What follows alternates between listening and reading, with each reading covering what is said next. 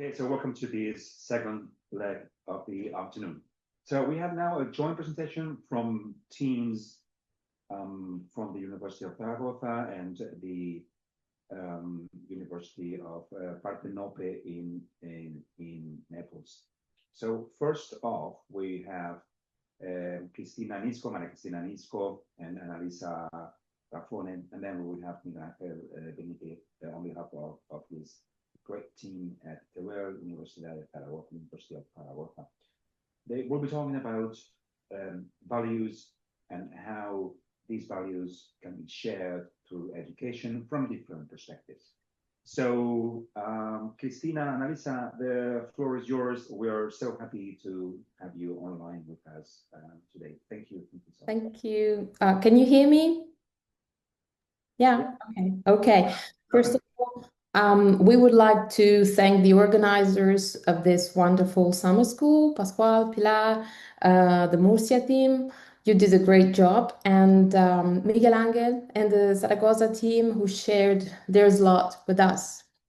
Okay. We started from one basic idea, spreading EU values, European values in and through education requires a structured approach that incorporates these values into curricula, teaching methods, and school environments so that they can be part of the learning experiences of students of all ages. Next slide, please. The European Union's core values, and I basically refer to human dignity, freedom, democracy, equality, active citizenship, and so forth, have a critical role in education to promote a shared sense of belonging, social cohesion, and active and responsible democratic citizenship across all member states. In fact, all education systems are encouraged to embed such values to foster inclusive and safe learning environments in the attempt to fight xenophobia, divisive nationalism, while supporting instead participation and cohesion. So the EU urges a strategic commitment, exposing students to different perspectives means that they can develop critical thinking, becoming independent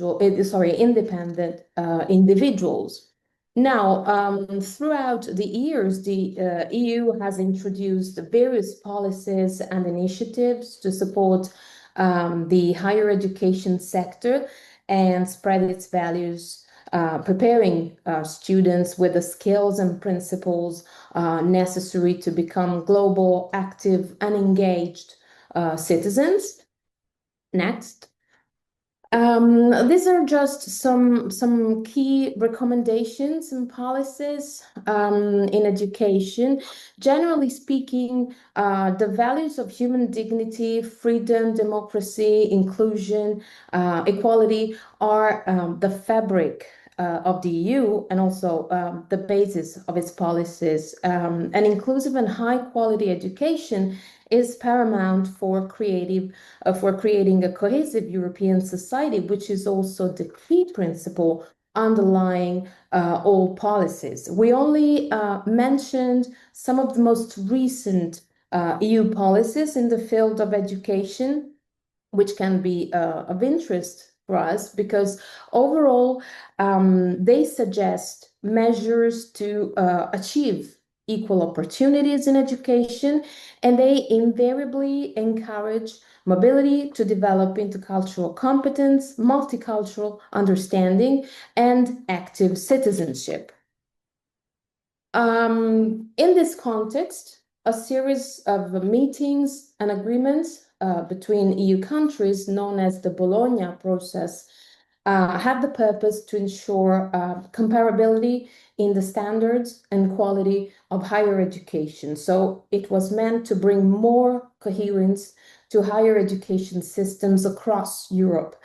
It established the European higher education area to facilitate student and staff mobility, to make higher education more inclusive, more attractive, more competitive, worldwide, not only to prepare students for the labor market, but also to prepare them to be active and responsible citizens. So the Bologna process had the mission to enhance the quality and the relevance of learning and teaching, although we must say the implementation of reforms is uneven across the 49 participating countries, while contributing to the construction of more inclusive and democratic societies.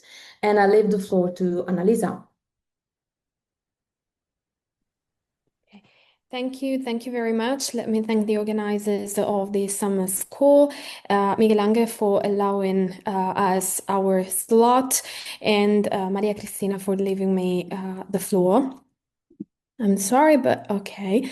So the other question we asked ourselves was why promote these values in education? And today we are going just to mention some of the key benefits because introducing and spreading these values in and through education will foster more inclusive learning environment, which will lead students to develop metacognition and critical thinking skills, because they will learn how to analyze and evaluate different perspectives. And this is specifically connected with the notion of intercultural dialogue, as it has been spread and developed by the Council of Europe, which is the ability to exchange ideas in a very respectful and constructive way, which might and should lead to overcome stereotypes and diminish discrimination. And this is particularly connected to another very important skill that is demanded by the European Union, and this is civic engagement, civic participation. It has been highlighted by several council recommendations that we have just mentioned in order to promote the development of responsible citizens for social cohesion and awareness of the social problems within the communities. So for a practical application for the spreading of these values in education, the European Union suggested some measurements starting from curriculum design. So the European Union, through several recommendations, has spread these different regulations according to which teachers should develop curricula able to show the different European values from different multiple viewpoints in order to develop also the so-called European identity by using history education and analyzing different facts and events from multiple viewpoints. These should be done with active learning activities and environments such as debates and discussion activities. Another very important element that has been stressed by the European Union is the development of teacher training, in a sense that not only students need to learn these values, but teachers should be trained to do that. So they should be trained in digital technology and intercultural understanding to create an inclusive and active learning environment. So for instance, teacher academies, as established by the Erasmus Plus program, have been devised for training teachers on European values, inclusion, and digital skills in order to be prepared to integrate effectively technology within the learning environment, because students need to learn that technology is not only for entertainment, but it should be used with specific skills to reach specific goals. Another important element is represented by mobility programs, which, as we have already mentioned, does not only relate to teachers, but also students and staff. Also, the collaboration between stakeholder, policymakers, and institutions is demanded in order to make all the establishments and the regulations and also the educational material to be better aligned with the needs of the students, the teachers, and also the families. So now we are going to mention some of the effective strategies that have been devised by the European Union to develop, to spread European values, starting from the shift from passive to active learning. Because in passive learning, usually students are passive listeners to the lectures. So usually these happens in face-to-face interactions, and instead the EU advocates for more innovative and active approaches in which the teacher or the instructor is not the only active educator, but students become, but the teacher becomes the guide that is ready to help students when needed. This should be done by using case studies and debates, because they help students develop especially reflection skills and reasoning skills.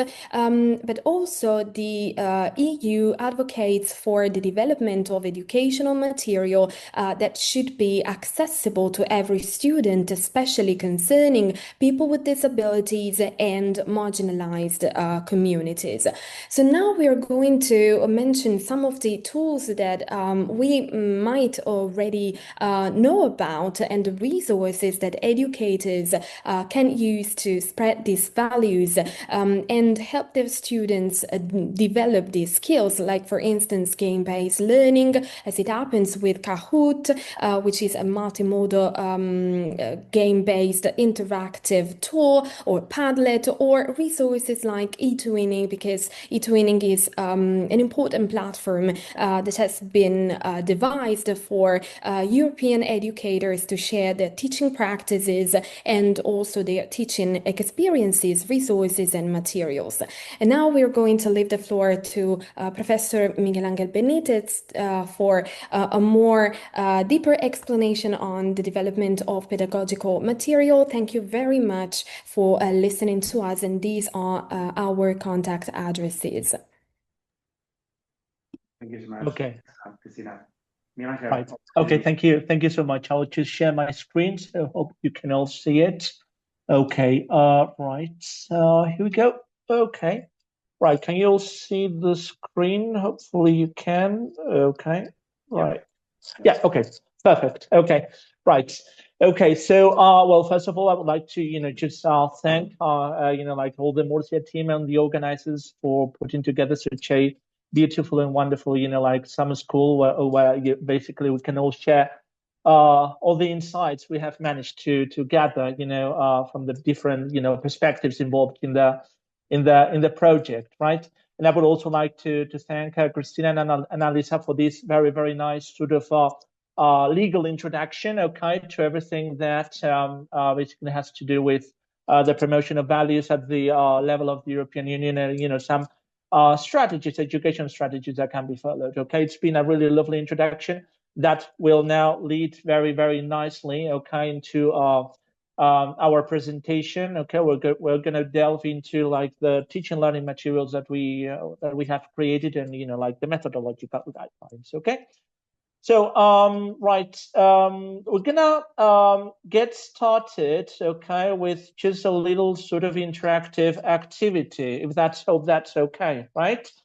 I'm gonna ask all of you, okay, all the students, like over there in Murcia, like on site, and also those who are online, to just scan this QR code if possible. Okay, so scan this QR code, and just we're gonna devote maybe 2 minutes maximum to just answer this question. The question is, what is Europe to you, right? What is Europe to you? Okay, so if you can all scan this QR code, And if you can, type in, just several ideas about what you feel or you understand by Europe in general, that would be just much appreciated, okay? Because what we're going to be doing is we're going to be creating a beautiful collaborative word cloud, like all of us together. So I'll give you, just 1 or 2 minutes, if that's okay, so that you can, access the QR code. Yep. And like we'll just see what you've managed to create there. Okay.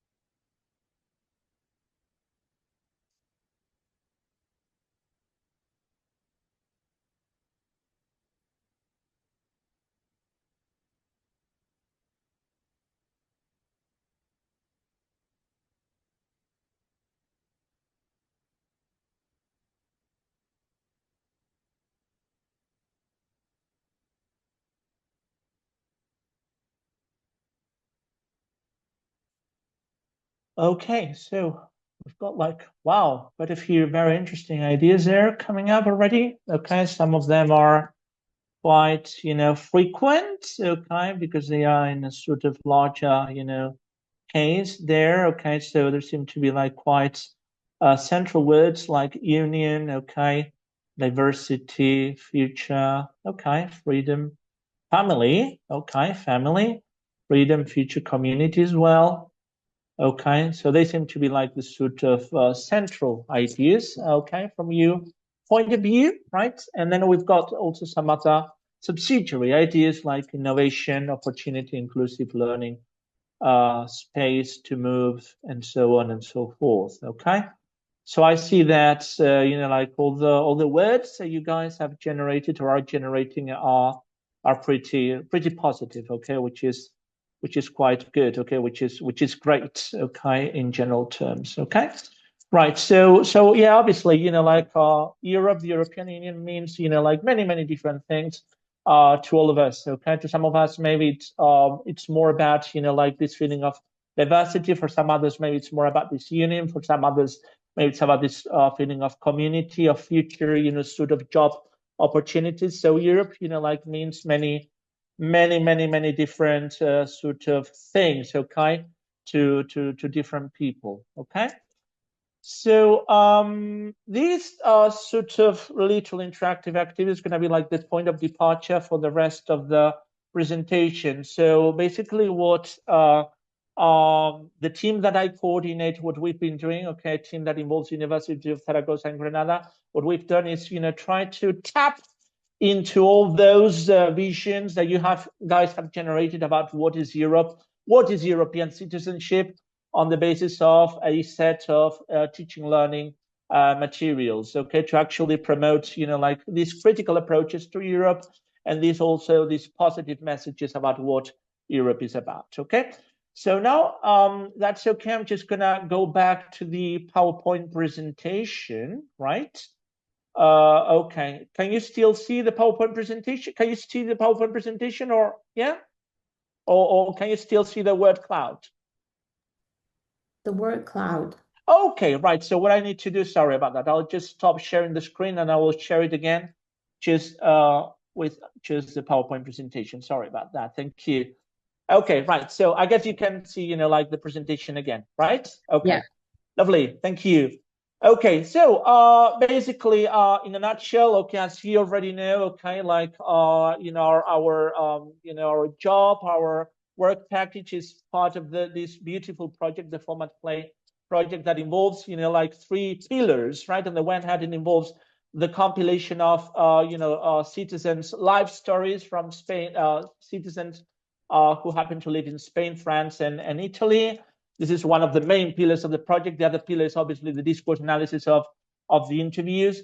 And, our work package is basically devoted to the creation of pedagogical materials based upon the interviews, right? Pedagogical materials that try and promote those positive values upon Europe, okay? So our point of departure is to sort of work on these sort of positive discourse analysis and intervention, trying to find what is good about Europe, what really unites us in order to promote those sort of positive messages to counter all the disinformation that is quite rife, unfortunately, nowadays. Okay, so as I said before, this has been a joint endeavor between mostly colleagues from the University of Zaragoza and also colleagues from the University of Granada.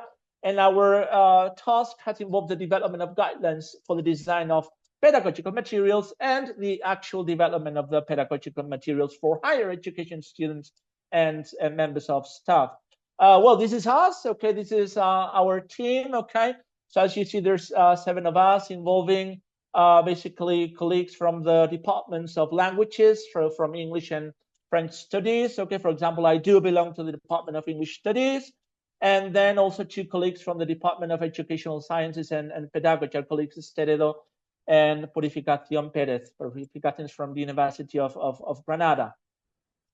Okay, basically, in a nutshell, this sort of beautiful and colorful diagram summarizes the different steps we've taken in basically creating the materials and designing the guidelines. So first of all, what we did was to, as I will explain later on, was to analyze a sample of the interviews through the perspective of content analysis and grounded theory, okay, which is a very nice combination, okay, to the analysis that has been done from a critical discourse analysis perspective. So this has allowed us to identify the key topics in the interviews, which in turn we've used to generate the materials and to design the materials. But as I said, I will be talking a little bit more about that, in a few minutes. Okay.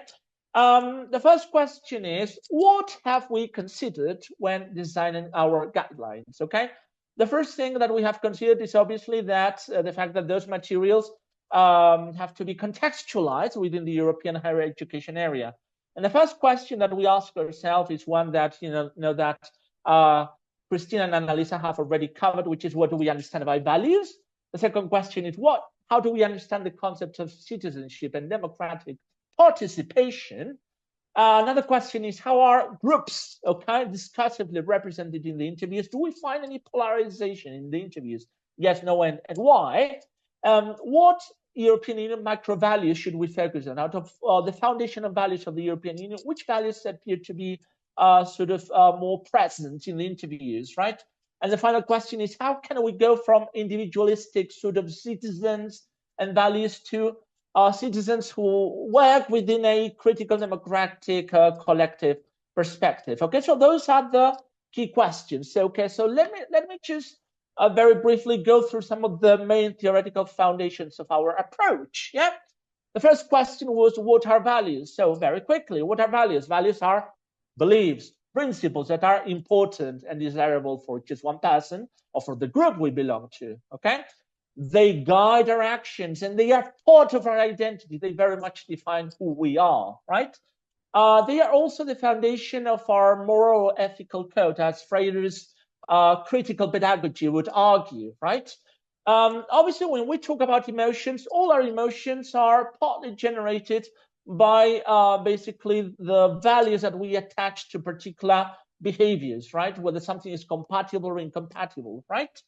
Values are not really universal, right? Values are contextual, and they are shaped by personal experiences and cultures, right? And they do not remain immutable, right? But they change with time and new experiences, right? And they are crucial in our personal and societal development, okay? And finally, when we talk about language, okay, language itself, discourse, is full of values. So values are an all-pervading feature of language. Language is evaluative inherently. Let's move on to the second question, which is, how do we understand the concepts of citizenship and democratic participation? Well, citizenship is a concept that can be understood from 2 sort of perspectives. Legal perspectives, so citizenship is about your legal status in terms of your membership of a community, but citizenship can be understood from a more personal perspective in terms of what this feeling of this legal status feels or means to a particular individual. So this individual's response to this belonging to a particular community. This is citizenship. So citizenship is not at all an easy concept. It's a really complex puzzle, right? Why? Because the concept of citizenship nowadays is not, as I said, it's a puzzle, because it has been both broadened or expanded in the sense that citizenship nowadays is no longer linked to a single nation or state. So nowadays we talk about European citizenship, and then, like going out of the European borders, we talk about global citizenship.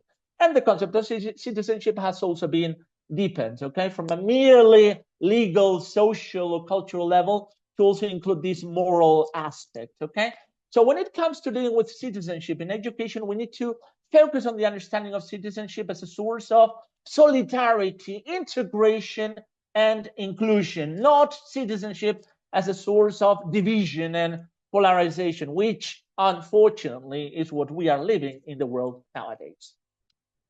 Let's move on to the next question. In and out groups in the interview. Something that basically we wondered was, are we going to find any sort of polarization or division in the interviews? Okay, is there some sort of ideological discursive polarization in the interviews? And for this reason, we drew upon Van Dijk's sort of ideological square in terms of how our belonging to particular in-groups leads us to basically emphasize our good actions and basically emphasize the bad actions of others. This is what the ideological square involves in a nutshell. So we are good, we do great things, okay, but they are not that good, basically, okay. So do we find any of that polarization in the interviews, right? And how can we basically counter this polarization through our teaching learning materials, right? So basically our aim is to move from a model that is based upon a concept of multicultural citizenship, which is basically about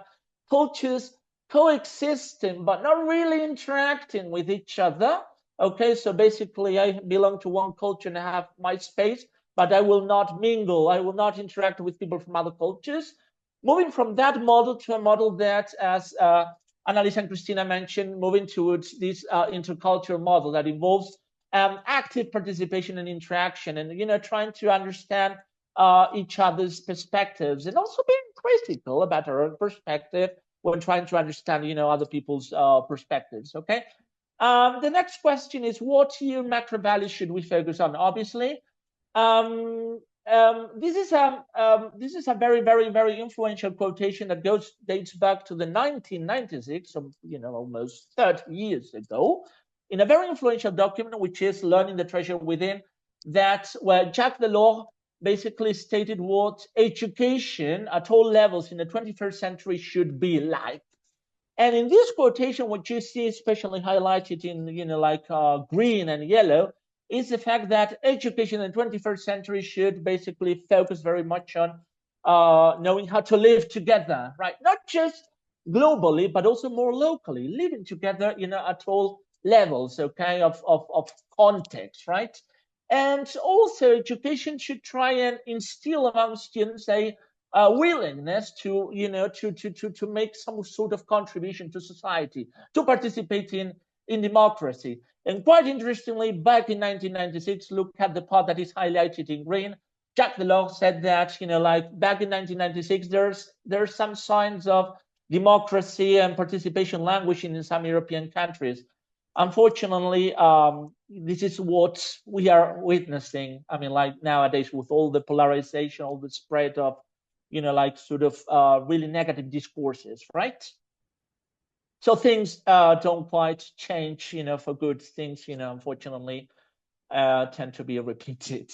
Okay, so what are the main values of the EU? Obviously, these are the main values of the EU: human dignity, freedom, democracy, equality, rule of law, so on and so forth.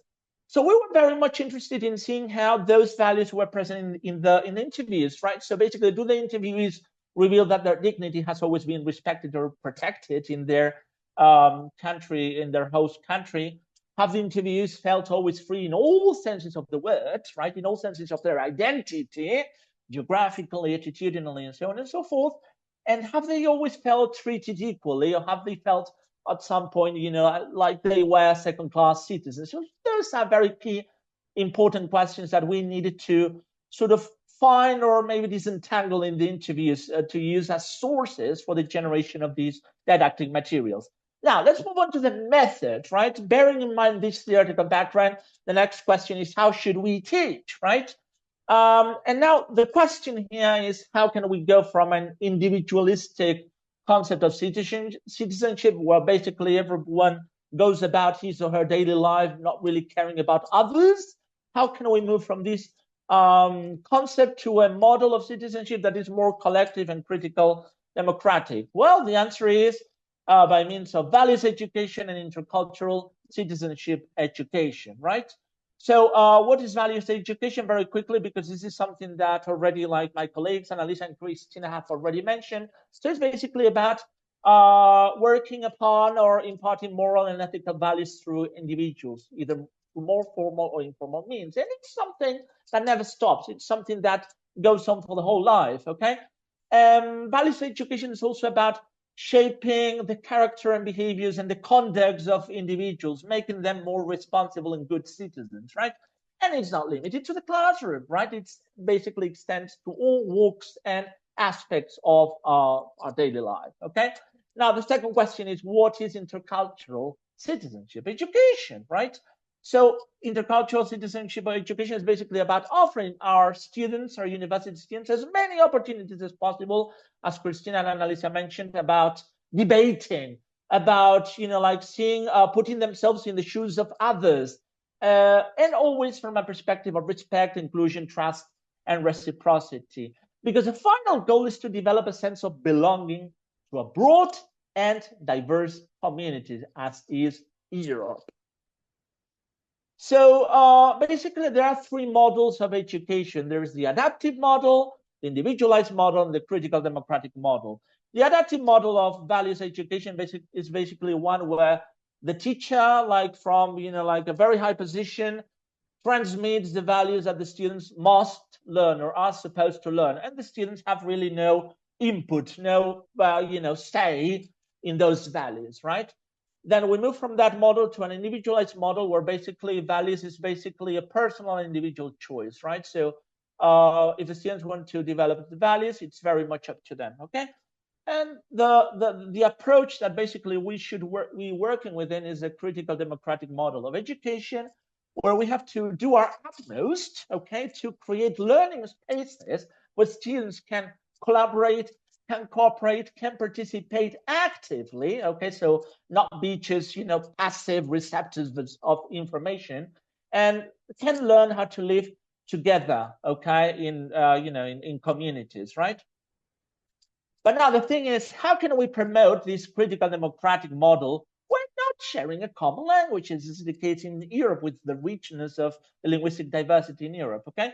Well, something we can do is working on, you know, like Michael Byron's intercultural communicative competence, okay? This is something that we have to strive, okay, to develop among our university students, okay? So basically, very basically, this is very complex, okay? Being interculturally competent involves basically having a good attitude towards other cultures, also developing a knowledge about the basis of other cultures, also really interpreting documents from other cultures and relating those documents to our own culture, wanting to discover, wanting to interact with people from other cultures, and finally, the critical cultural awareness, savoir s'engager, which is basically about having a critical standpoint and perspective towards our own culture, because our own culture is not perfect, okay? So being critical about our own culture as a point of departure to start analyzing sort of other cultures as well, okay? So these are key skills that we should be developing among, obviously, university students. The question is, why would we bother doing that? Why would we want to do that, okay? Because we want to equip individuals with skills, attitudes, and knowledge that will help them, you know, make nice, good, ethical, informed decisions to participate actively and responsibly in society, right? Especially within the context that we are nowadays in of a super diverse and rapidly changing world. And actually, okay, when we look at the European Union's, you know, like policy documents about key competencies, so the European Union argues that all European citizens throughout lifelong, you know, competencies, they should be developed different competencies. And one of the competencies that they should be developing is that related to, obviously, citizenship and also cultural awareness and so on and so forth. So it's all connected once again with European policy documents, right? And now the question is, how is values education often approached in higher education? Okay, so what do universities typically do in terms of, like the reality? Okay, this is the theory, but in practice, what happens normally? Okay, going back to the Delors document in 1996, Jacques Delors said that education should basically focus upon 4 pillars: learning to know, so basically contents, learning to do, okay, learning to do, so basically active skills, yes, learning to live together, and also learning to be, right?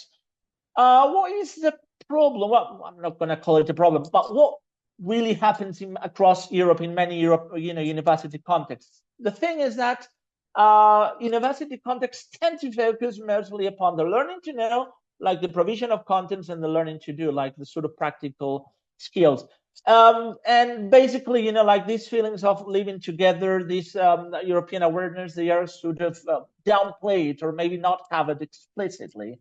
Okay, so and we do have here 2 very interesting quotations, one of them from 2005 and the other one from 2019. The first one arguing that although European sort of university students know what Europe is, right, but they have like these sort of mixed feelings or discordant feelings, in the sense that they know what Europe is and know that they can go on Erasmus, for example, but they can't quite see like what influence European institutions have upon their daily life. They sometimes do not quite care about like what those institutions can do for them in their daily life, okay? And more recently, in 2019, okay, as you may see there, across Europe, in many university contexts across Europe, the teaching of common values, of common European values, is something that is often discarded, left behind, or not covered explicitly, okay? So why is it important to provide explicit opportunities, for values education at university? Why should we want to do so, right? Because obviously we want students, university students, who are able to develop a critical thinking and empathy towards others, who are able to put themselves in the shoes of other people and not just focus on their own persons, okay? Because we also need to obviously prepare our students to navigate the complex world that they will find themselves in once they leave university, and all the ethical challenges they will find in their lives, in their future lives, both professionally and personally, right? And obviously, because we want to basically create individuals who are not just experts in a particular discipline, who are not just experts in law, engineering, or in teaching, but also individuals who are good people, okay? Well-rounded individuals who are able not just to act, professionally, but also people who are just, good citizens, okay? Moral and ethical, people in general, okay? And obviously socially responsible citizens, okay? So an explicit focus on values and citizenship education at university can help students reinforce several key competencies, such as the critical competence, their emotional competence, their ability to basically know their own emotions and identify the emotions of others, their communicative competence, both understood linguistically and also from a more intercultural perspective, and also their ability to basically solve different kinds of problems as well, okay? Right, now moving on, teaching approaches, right? And this is connected with Annalisa and Christina's presentation now, okay? So what teaching approaches can we use in values education? And these teaching approaches we have applied and used in our materials, as I will be explaining, at the end of the presentation. So we have drawn upon experiential learning, the action-oriented approach. So learning by doing, and learning by doing things that are connected to society, okay? Case studies and role-playing, narrative inquiry. Narrative inquiry is about, obviously, the analysis of fragments from the interviews to try and make them think about what is going on there, right? Dialogue and debate. So our materials include, one of the sessions are about a debate, okay?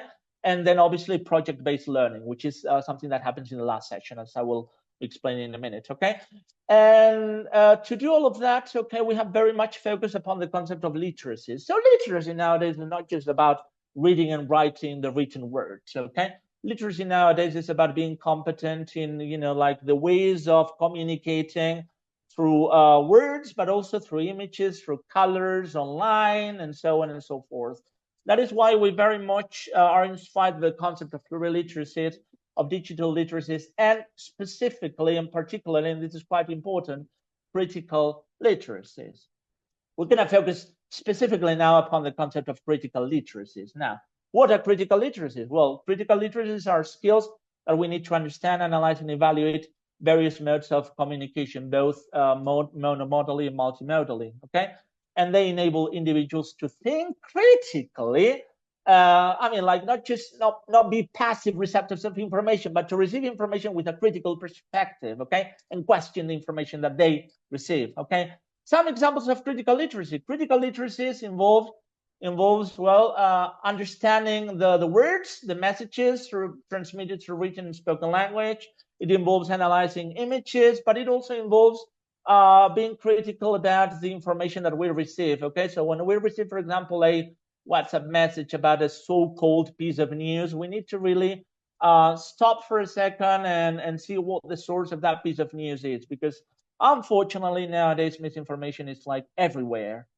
And there are different levels of critical literacies which we ourselves have applied and used in our materials.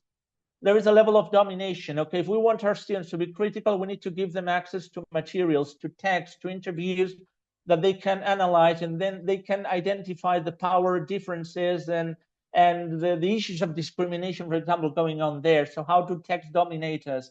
We also need to give our students access to the different kinds of genres and texts that are used to transmit different sort of power issues, okay, and aspects. We also need to give our students access to a variety of materials, not just written text, but also videos and so on and so forth, so that they can develop their critical ability on the basis of different kinds of text and context. And finally, we need to give our students the ability to depart from the text that they have analyzed with a critical standpoint, and like maybe reconstruct or redesign those texts with a different sort of perspective. In this case, in the FOMATPLAY project, with a positive sort of message towards Europe. Okay, and now in the last 15 minutes, we have 15 minutes. Okay, we're gonna just dive into. We're gonna jump into the swimming pool of our teaching learning materials. Now that the foundations have been set, we're gonna tell you a little bit about what we've done about those materials. Okay, how did we go about designing those materials? The first thing that we did, as I said at the beginning of the presentation, was to depart from the use of content analysis and grounded theory, right? And how does content analysis and grounded theory works? Well, it works by basically using a sample of a corpus and then reading or watching, like the interviews very, very, very, very closely in search of topics that seem to be key in those interviews. So that's what we did.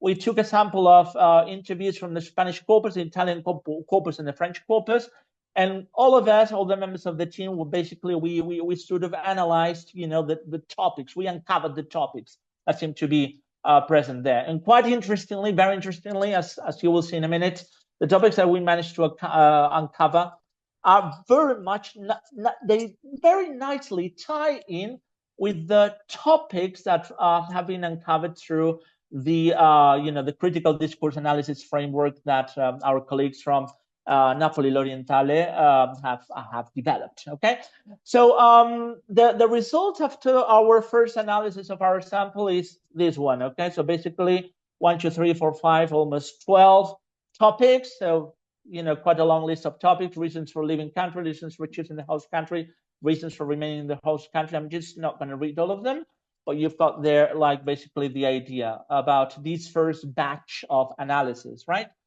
What we did after this first round of analysis was to try and see whether we could sort of narrow down like those micro topics into broader categories, okay, which is at the end of the day what rounded theory advocates, right?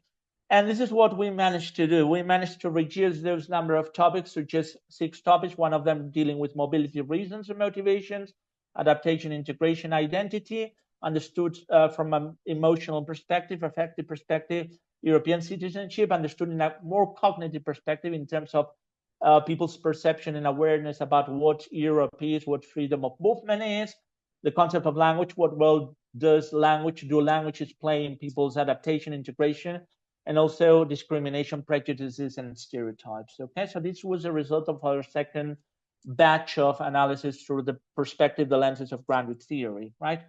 And finally, okay, the very last, batch of analysis was the one where basically we ended up with just 4 macro general topics, okay?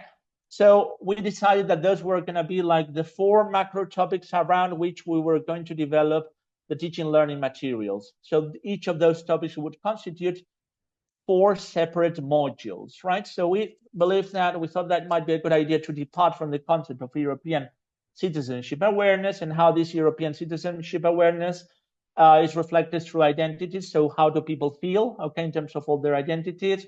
So the connection between European citizenship and inclusion, right? So how people feel members of communities, whether they have been integrated, the concept of acculturation, adaptation, and so on and so forth. The connection between European citizenship and exclusion, so the presence of bordering, stereotypes, prejudices, discrimination, you name it.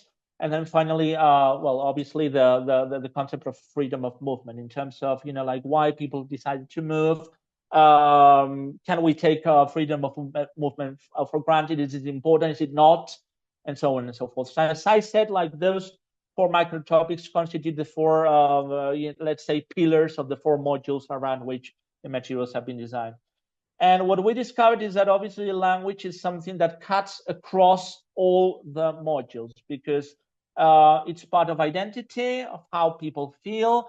It's part of inclusion. Language can be used as a source of inclusion. Language can be used as a source of exclusion. And language is also related to freedom of movement or lack thereof.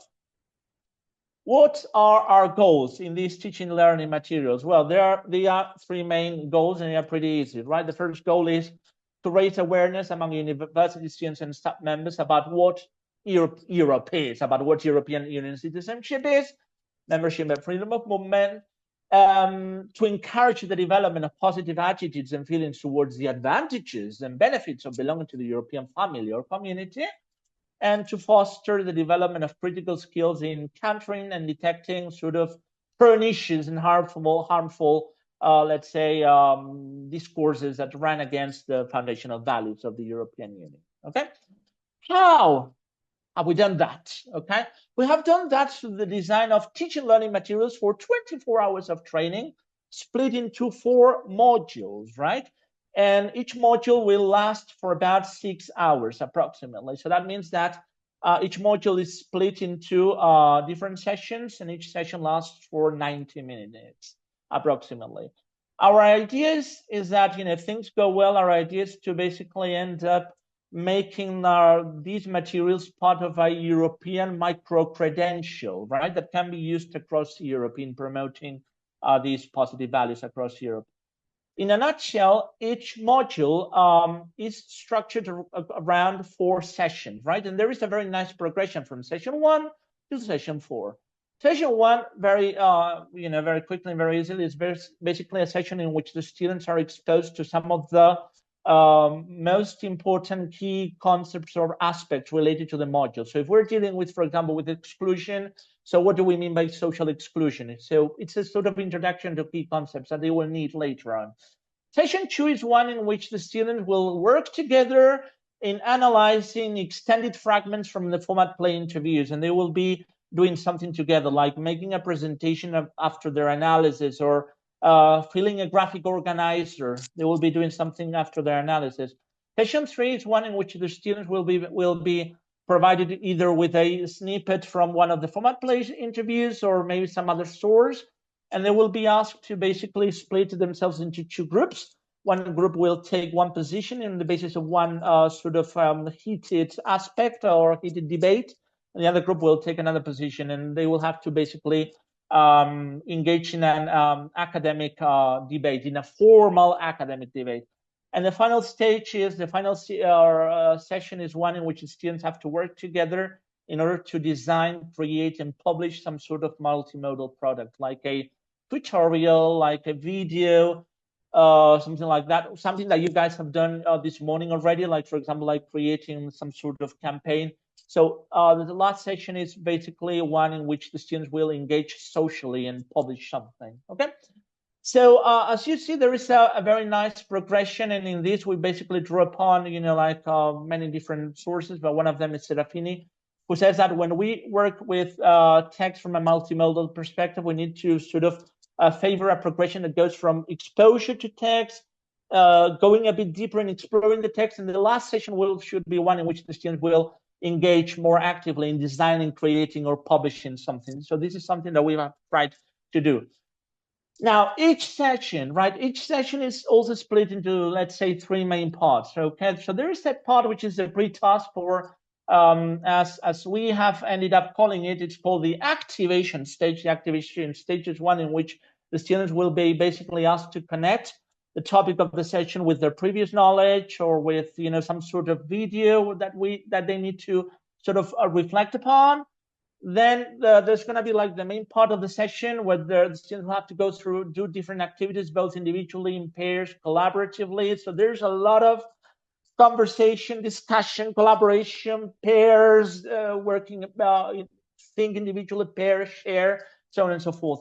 And then there is the post-task. The post-task is normally an activity in which the students have to complete an exit ticket, in which they have to reflect on the basis of through some sort of visual thinking routine. Like, for example, I used to think that social exclusion, blah, blah, blah. Now I think that, okay, so the use of some visual thinking routine to make this metacognitive awareness like deeper there. And in the last 4 minutes, okay, of the session, we are going to show you, like a preview, okay, a preview of what our materials will look like. Okay, I'm going to show you a sample of some screenshots from module 3, which is the one dealing with exclusion. Okay, so European citizenship and exclusion, right?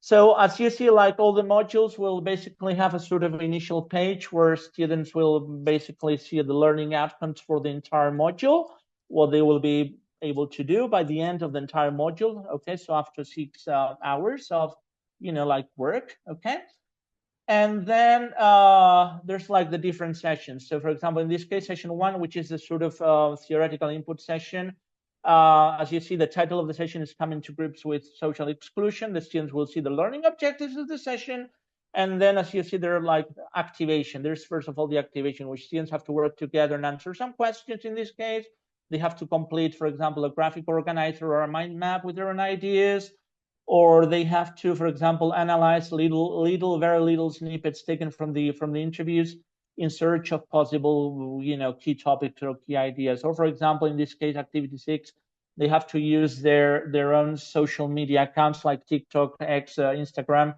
and look for, like messages, like, for example, on the basis of pop stars that they follow or influencers that they follow. So messages that, that people, messages that may come from haters, like in terms of rejection and why, like this is happening. Okay. And there are also some snippets of theoretical information, as you may see in the sort of box with in the pink box, on the right hand side.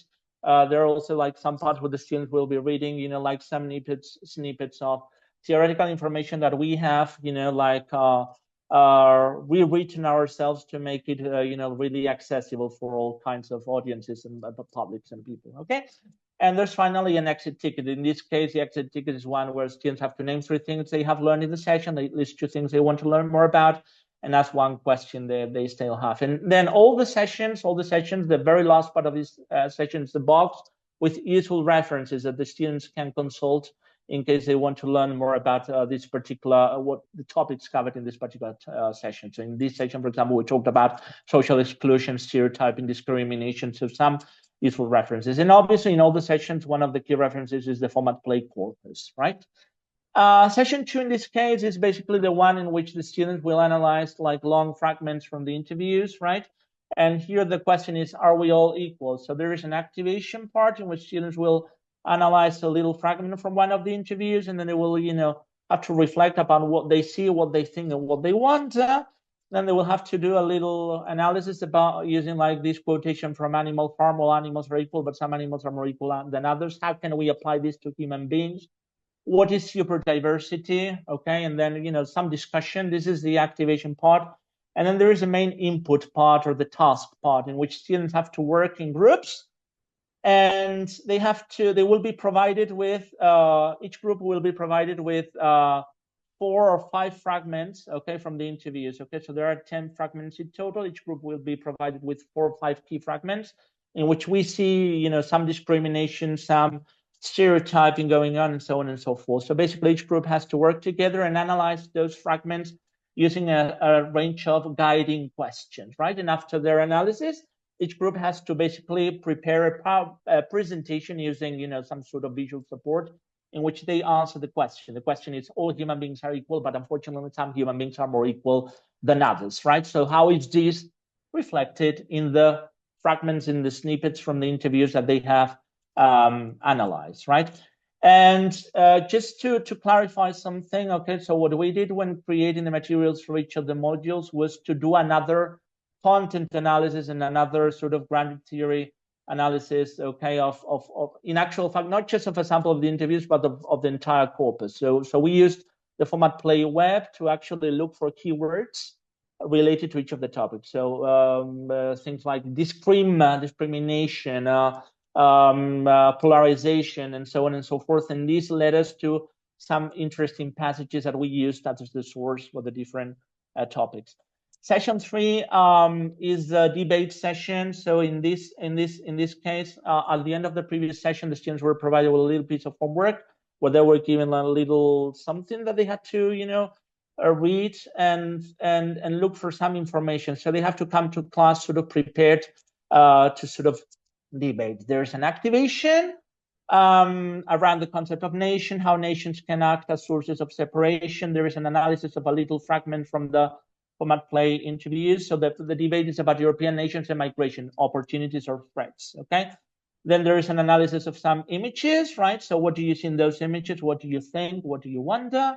What is going on? As you see, one of the images is one of these infamous poster by, you know, that was published during Brexit by Nigel Farage, okay, breaking point. So they have to basically reflect on what is going on there. And finally, there is like this quotation from Ruth Bodek about, you know, how, you know, basically, even though we are in a globalized era, we are becoming more polarized and more borders are being built. So what is happening nowadays? And after this activation, then that's when the students were just jumping into the debate. And the debate in this case, in this section, involves 2 positions: migrants enrich European unions, or migrants destroy European unions, right? And basically, they have to split themselves into 2 groups, and they have to go through all the parts involved in an academic debate. There are constructive speeches, there is a rebuttal speech, there's a part where they ask each other questions, so the debate lasts for about 26 or 30 minutes. And then at the end of the session, there is a final exit ticket in which students reflect on what they used to think and what they now think after the debate, okay? And well, that's all for me. Okay, so thank you so much for your attention. So if you have any doubts or any questions, we'll be really happy to, you know, just answer them. Thanks a million. Thank you. Yeah, thank you so much. Yeah,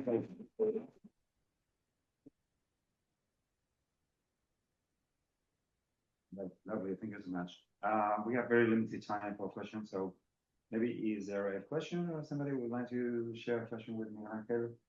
Brief one. It has to be now. Maria Jose, maybe you can use very brief. there. I don't know if you'll Is it be able to hear me. not sure whether keep touching the mic. Hello, Milan. Can you hear me? Yeah, of course. Yeah, I can hear you. Yeah. Hi, this is Maria Jose from the University of Murcia. I have Hello. a very quick question. I may have skimmed it. You spoke. I don't know if I heard about the profiles of the students at this type of activity task, because this is a massive task, right? It's aimed at. So what would be the profile? What type of students do you think could face this kind of task? Because it's quite advanced in terms of critical thinking, also language competence, right? So what type of student do you think could face a type of task like this one? And do you think that could be adapted for lower level students, like for example, secondary school? Yeah. I think it would be super useful if it's used in a proper way, right? To help the students become aware of all these values. Thank you very much. And that was great work. Thank you. Congratulations. Thank you so much. Thank you so much. I mean, like the idea that we had in mind.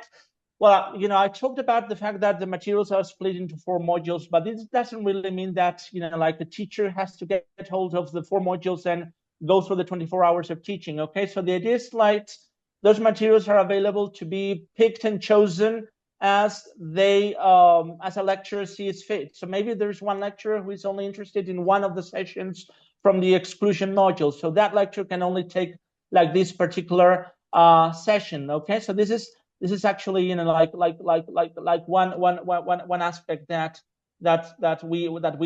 we considered. Okay, obviously what we also have in mind is the fact that those materials are they become a sort of BIP, maybe a sort of blended intensive program, a sort of micro credential, maybe a sort of European micro credential that can be sort of exported to different universities for being part of particular particular alliances. As in our case, we belong to, for example, UNITA. Murcia belongs to Wellbeing. So expanding that to different audiences. And I know that at first glance, maybe what I've shown, okay, maybe it looks like the students will require a lot, some previous training in linguistics to do the analysis, but this is not actually the case. We have been very, very careful in simplifying everything as much as possible, in making everything as much simple as possible, so that it can be as accessible as possible to students from all perspectives. So yeah, there is some linguistic linguistic analysis. Okay, the students have to read text from the interviews, but obviously we're not asking them to sort of apply some previous critical discourse analysis framework, which is asking them to read the text with an open mind and trying to see like what they see there. Okay, what do you see there? What is going on there? Okay, to make them put their thinking caps on and trying to see whether they are really able to to sort of identify, in the case of discrimination, how discrimination is very often implicit more than explicit, and what stereotypes are, how they would feel about that, and so on and so forth. And finally, as regards the question relating to whether the materials could be extended to secondary education, that would be great. That would be wonderful. Obviously, the materials that we are creating now, the materials that we have created, the intended audience is university students, okay, members of staff across Europe. But obviously, in the future, it would be like wonderful or great, like obviously if those materials could actually be adapted to secondary education students. Because, as Annalisa and Cristina mentioned before, at the level of the European Union, there are many, many materials that have been created to promote European citizenship. But in the case of our materials, of the FOMATPLAY materials, the thing that makes them different from all the other materials is how, they have been created departing from the interviews, right? From the key topics in the interviews, from what is going on in the interviews, okay? From the using fragments from the interviews, from real sort of narratives and real life stories. This is what actually, distinguishes us positively, okay? Distinguishes the FOMATPLAY materials and project from all other materials. I don't know whether I managed to answer the questions. If not, sorry about that. Maybe we can keep talking about it later on. Thank you. Okay, well, thank you so much. I really have to stop here. Okay. Another session now. So thank you again. We have more questions. We'll probably be trying to answer to those questions later on. And it is interesting that in due time, more and more of this stuff will be available through our websites, so that everybody can have access to these materials and formats. And we will also try to disseminate this as widely as we can. The micro credential format is really interesting and very powerful, as this is gaining traction now in the EU, and at least in Spain, I know it is becoming more and more popular. So probably that is a great idea. So I want to congratulate you and your team for fabulous work that you are doing here. So thank you. Thank you so much, Ángel. Thank you so much. Thanks a million. Thank you. Thank you so much. Thank See you soon. Thank you. Thank you.